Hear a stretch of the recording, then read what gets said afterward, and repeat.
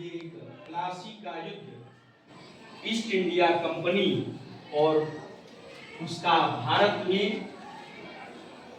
क्या कहिए बढ़ते प्रभाव का एक महत्वपूर्ण घटनाक्रम था। सभी लोग समझे हैं? एक बार फिर से इसको हम लोग दोहरा रहे हैं, ठीक है? एक बार फिर से इसको हम दोहराएंगे। ईस्ट इंडिया कंपनी ब्रिटिश व्यापारिक कंपनी थी। हमारे पाठ का शीर्षक है ईस्ट इंडिया कंपनी और भारतीय राज्य। तो सबसे पहले हम ईस्ट इंडिया कंपनी के बारे में समझेंगे कि ईस्ट इंडिया कंपनी क्या थी। तो क्या थी? ईस्ट इंडिया कंपनी एक ब्रिटिश व्यापारिक कंपनी थी। व्यापारिक कंपनी थी, इसका मतलब कि उसका कार्य क्या था, किस उद्देश्य, क्या उद्देश्य था उसका? तो व्यापार। इसकी स्थापना कब हुई, कहाँ हुई? तो 1600 ईस्वी में और ब्रिटेन में। 1600 ईस्वी में ब्रिटेन में ईस्ट इंडिया कंपनी की स्थापना हुई। स्थापना के समय ब्रिटिश शासक कौन था?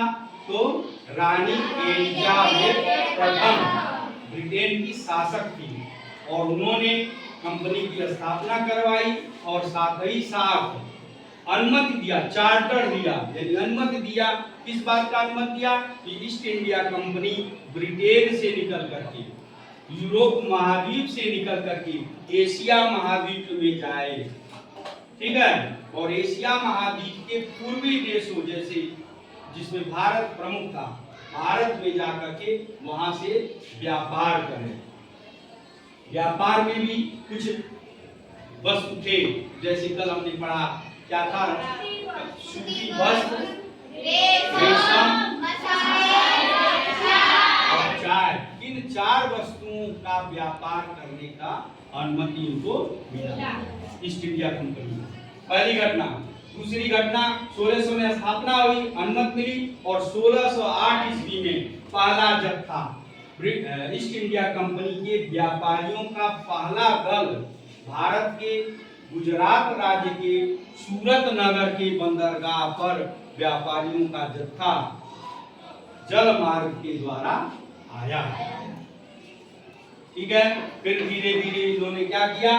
भारत के प्रमुख बंदरगाहों में जैसे गुजरात का सूरत, तमिलनाडु का चेन्नई, पश्चिमी बंगाल का कोलकाता और महाराष्ट्र के मुंबई नामक बंदरगाहों पर इन्होंने अपना गोदाम बनवाया और इन बंदरगाहों के इर्द गिर्द आसपास अपने उद्योग धंधे भी स्थापित किए, जिसमें से चेन्नई का किला जो था जॉर्ज, क्या नाम है उसका? फोर्ट सेंट जॉर्ज महत्वपूर्ण था। इतना सभी लोग समझ गए? अब आगे क्या हमको पढ़ना है, क्या हेडिंग है?